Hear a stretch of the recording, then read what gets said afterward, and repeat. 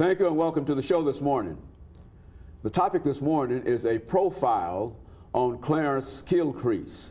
As a matter of fact, I think the title is The Radio Career of Clarence Kilcrease.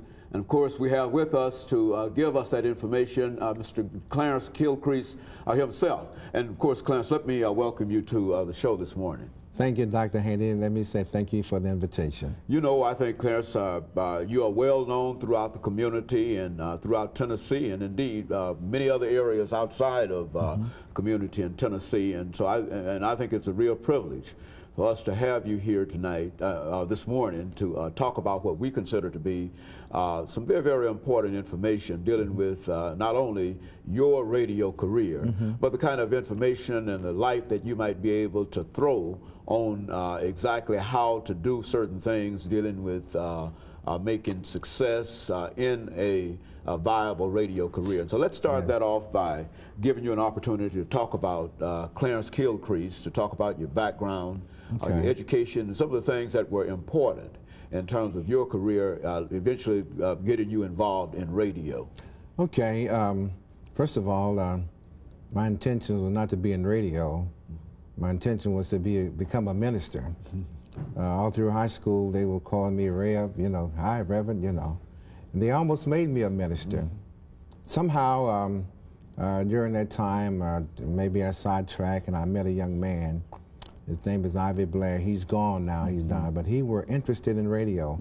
And after I finished Pearl, and I wanted to go into the American Baptist Theological Seminary, they called it then. That day it was a theological seminary.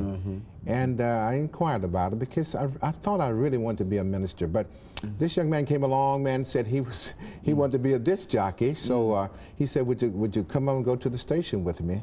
So I did, and I'll never forget, I was just finished, I almost finished in high school, and went to a station called WSOK. And I went over there, man, I saw all this fascinating equipment, these guys, you know, and he was talking to the disc jockeys about how to get in school and et cetera. So I said, man, this is interesting. So I began to think about it, you know, because my mind really wasn't made up. But after I went to the radio station, I changed my mind and say, I think I want to go take this as make it a career. At that time, there were no schools, radio schools, so there was a school called the Tennessee School of Broadcasting, and they were sending out applications to all the white schools, but not to the black schools. So this young white boy I knew gave me this application, filled the application out, and they refused the application.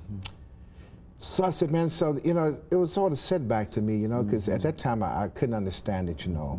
But there was a guy named John Richburg who was a known radio personality, which LAC was 50,000 watts, covered the whole United States, you know. And he had just started a radio school. And he gave us a chance to enter his school. And Ivy and I, we finished his school. And during that time, we got a little program, 30 minutes a piece, called Mr. Tune and Mr. Teen. He was Mr. Teen, I was Mr. Tune. So he gave us a break. Now, 30 minutes every Sunday, man, and you're talking about excited. So exciting, and I thought, this will give me a chance. Didn't know how far I would go at that time, you know, but